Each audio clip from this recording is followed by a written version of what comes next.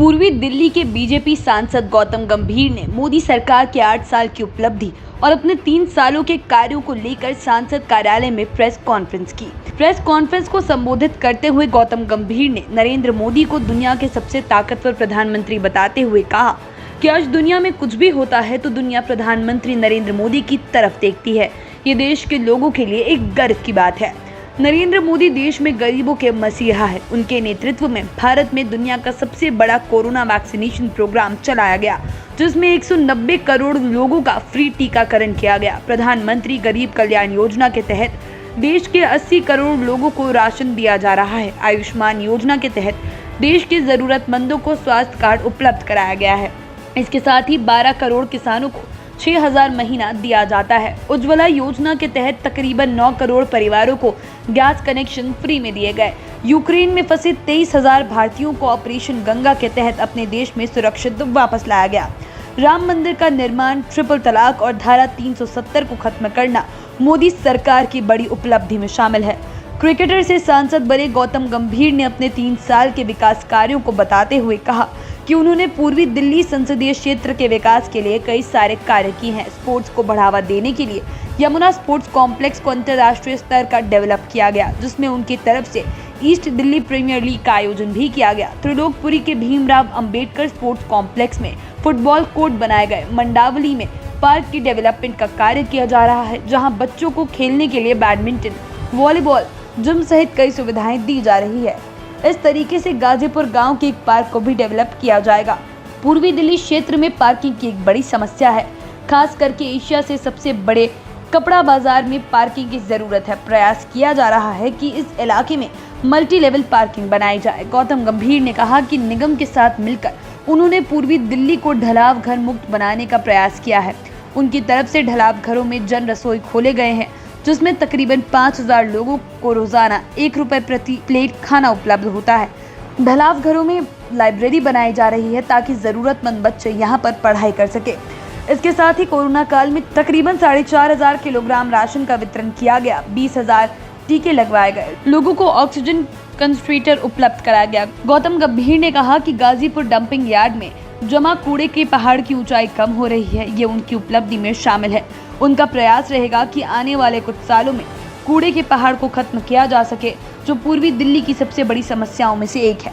ये भी एक बहुत अच्छा सवाल है। सारी दुनिया ने देखा है कि मैं आईपीएल में था, और मैं आपको ये बताता हूँ, और हो सके तो कभी ये छाप भी देना कि मैं आईपीएल में कमेंट्री या आईपीएल में काम क्यों करता हूँ। 25 लाख रुपए लगते हैं मेरे महीने के 5,000 लोगों को खाना खिलाने के, जो 3.25 करोड़ रुपए हो गए साल के। 25 लाख रुपए लगे हैं मेरे को लाइब्रेरी बनाने के लिए, और ये सारे पैसे मैं अपनी जेब से देता हूँ।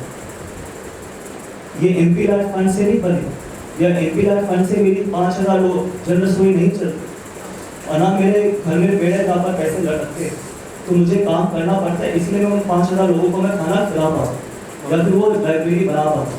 और मेरे को इसमें कोई शर्म नहीं है ये कहने में कि हाँ मैं कमेंट्री करता हूँ, हाँ मैं आईपीएल में काम करता हूँ, लेकिन उसके पीछे एक बहुत बड़ा मकसद है। अगर मैं 2 महीने के लिए लापता हूँ तो वो पूरी दिल्ली में पोस्टर छाप सकते हैं, क्योंकि अगले 10 महीने जब वो 5,000 लोग खाना खाएंगे, वो मेरे लिए ज़्यादा महत्वपूर्ण है 2 महीने के पोस्टर लगाने से। वो पूरी दिल्ली में छाप दीजिए, क्योंकि अगर आपके काम के पीछे कोई मकसद होगा तो वो मकसद इतना इम्पोर्टेंट होना चाहिए। ये पोस्टर वगैरह से मुझे कोई फर्क नहीं पड़ता। तो इसलिए आप उनको जब वो जो बोले ये सच्चाई कि अपनी जेब से खाना खिलाने के लिए पैसे लगते हैं, और इसलिए मैं काम करता के बारे में भी अगली जो बात हुई थी वो हुई थी मल्टी लेवल पार्किंग के बारे में। तो मैंने उनसे निवेदन किया था कि एशिया की सबसे बड़ी मार्केट है गांधीनगर, जहाँ पर लाखों लोग रोज आते हैं, तो हमारे को वहाँ पर मल्टी लेवल पार्किंग चाहिए। तो उन्होंने मुझे बोला कि मैं अगले हफ्ते या अगले आने वाले 15 दिन में मैं गांधीनगर विजिट भी करूँगा, और जल्दी से जल्दी वहाँ पर मल्टी लेवल पार्किंग, चाहे वो वहाँ हो, लाजपत नगर की मार्केट हो, जो भी क्राउडेड मार्केट्स है वहाँ पर हम मल्टी लेवल पार्किंग बनाने की, क्योंकि लैंड की कई बार मुश्किल हो जाती है क्योंकि मल्टीपल एजेंसीज हैं। तो लेकिन पूरा उन्होंने मुझे विश्वास दिलाया है कि मल्टी लेवल पार्किंग हम 2-3 ऐसी क्राउडेड मार्केट्स में शुरू करेंगे। गौतम जी, मेरा प्रश्न है, युवाओं के लिए किस तरह से रोजगार पर काम कर रहे हो, किस तरह से सिलेंडर का रेट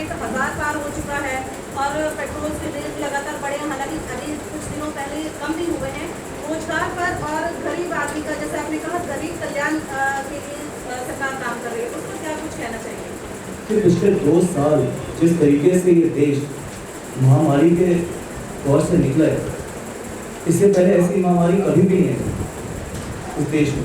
इसके चलते हुए भी अगर आप गरीबों की बात करें, बिल्कुल एम्प्लॉयमेंट बहुत ज़रूरी है, रोजगार बहुत ज़रूरी है, जॉब्स क्रिएट करना बहुत ज़रूरी है, ऐसा नहीं है कि ज़रूरी नहीं है। अनएम्प्लॉयमेंट एक इशू है बहुत बड़ा, लेकिन अगर आप ये बोले कि हम गरीबों के लिए काम नहीं करें, तो मैंने भी आपको आंकड़े दिए, चाहे वो राशन के चलते हो, चाहे वो वैक्सीनेशन के चलते हो, क्योंकि वैक्सीनेशन 190 करोड़ भारतीयों को वैक्सीनेशन लगाने के लिए भी पैसे चाहिए, 80 करोड़ लोगों को राशन देने के लिए भी पैसे चाहिए, मुफ्त में राशन देने का, और वो राशन अभी तक चलता जा रहा है। ऐसा नहीं कि सिर्फ 2 साल कोरोना के टाइम तक चलता गया।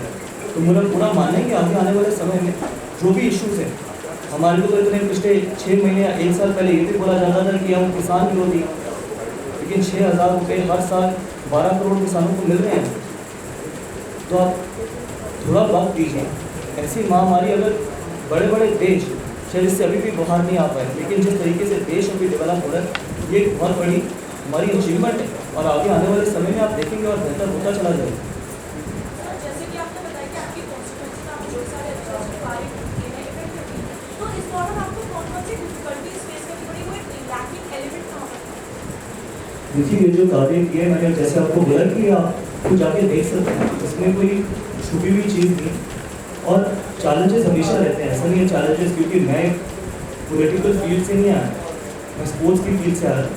मेरा मानना था कि आपको वक्त लगता है, चाहे वो आप ब्यूरोक्रेसी के साथ काम कर रहे हो, या आपको चाहे टेंडर हो या किसी भी तरीके के, लेकिन आज जब मैं 3 साल बाद यहाँ पर बैठ के अपनी उपलब्धियाँ बताता हूँ, वो ऐसी उपलब्धियाँ हैं जो अब सबकी आंखों के सामने हैं, तो मुझे गर्व होता है कि हम कुछ अच्छा कर पाए पूरी दिल्ली के। हमने सिर्फ पेपर पे यूनिवर्सिटी नहीं बनाई, हमने सिर्फ एडवर्टाइजमेंट पे काम नहीं किए, हमने किसी और के पैसे से अपनी राजनीति नहीं चलकर, चाहे मैंने अपनी जेब से पैसा खर्च किया हो, चाहे अपने MP फंड से किया हो, तो एक कोशिश यही है, और ये कंटिन्यूस प्रोसेस है। अगर आप मुझसे बोले कि 3 साल में मैं पूरी दिल्ली की पूरी शक्ल बदल दूँ, तो वो पॉसिबल नहीं है, लेकिन जितना हम अच्छा कर पाएँ, चाहे वो स्पोर्ट्स को लेके हो, चाहे वो गरीबों को लेके हो, चाहे वो ओवरऑल डेवलपमेंट को लेके हो, चाहे वो इनफैक्ट जैसे शेट्टी जी ने बताया कि सबसे बड़ी समस्या थी कि वेस्ट सेग्रीगेशन। आज वेस्ट सेग्रीगेशन जिस तरीके से होता है, जिस तरीके से ढलाव कर खत्म होते जा रहे हैं, ये भी एक बहुत बड़ी उपलब्धि है। शायद आप लोग ये नहीं मानेंगे, क्योंकि आप लोगों के लिए ये बहुत छोटा काम है, जिसके घर के सामने ढलाव घर है, और उसका जब वो ढलाव घर बंद होता है या वहाँ पर पूरा नहीं गिरता, आप उससे जाके पूछिए कि वो कितनी बड़ी उपलब्धि है। शायद वो उपलब्धि गाजीपुर लैंडफिल से भी बड़ी है उसके लिए, क्योंकि गाजीपुर लैंडफिल में तो एक एक्यूमुलेटेड वेस्ट है, वो दिल्ली के बाहर जा रहा है या फिर दिल्ली के बॉर्डर पर जा रहा है। लेकिन आप आनंद विहार जहाँ पर लाइब्रेरी बन रही है, अगर आप वहाँ की आर्ट हुए या वहाँ की मार्केट एसोसिएशन से पूछेंगे, वो ये कहेंगे कि हमारे लिए सबसे बड़ा कलंक है, और आज आपने इसको हटा के यहाँ लाइब्रेरी बना रहे हैं। तो ये छोटे छोटे जो कार्य हैं वो आपके लिए छोटे हैं, लेकिन वहाँ के लोगों के लिए बहुत बड़े हैं। तो इसको हम हाईलाइट इसलिए नहीं करते क्योंकि शायद हमारे को इतनी इससे TRP नहीं मिलती, चाहे वो इलेक्ट्रॉनिक मीडिया या फिर पेपर्स में इतनी बड़ी न्यूज़ नहीं बनती, लेकिन ये बहुत बड़ा कार्य है जो NCD ने किया है, ढलाव कर दिल्ली में खत्म करना। हमारे को सिर्फ पिछले 3 साल जो मेरे टेन्योर में यही बोला गया कि NCD कुछ नहीं करती, NCD में पिछले 9-15 साल में कुछ नहीं किया। टॉप स्टोरी ब्यूरो के लिए दिल्ली से रवि डालमिया की रिपोर्ट।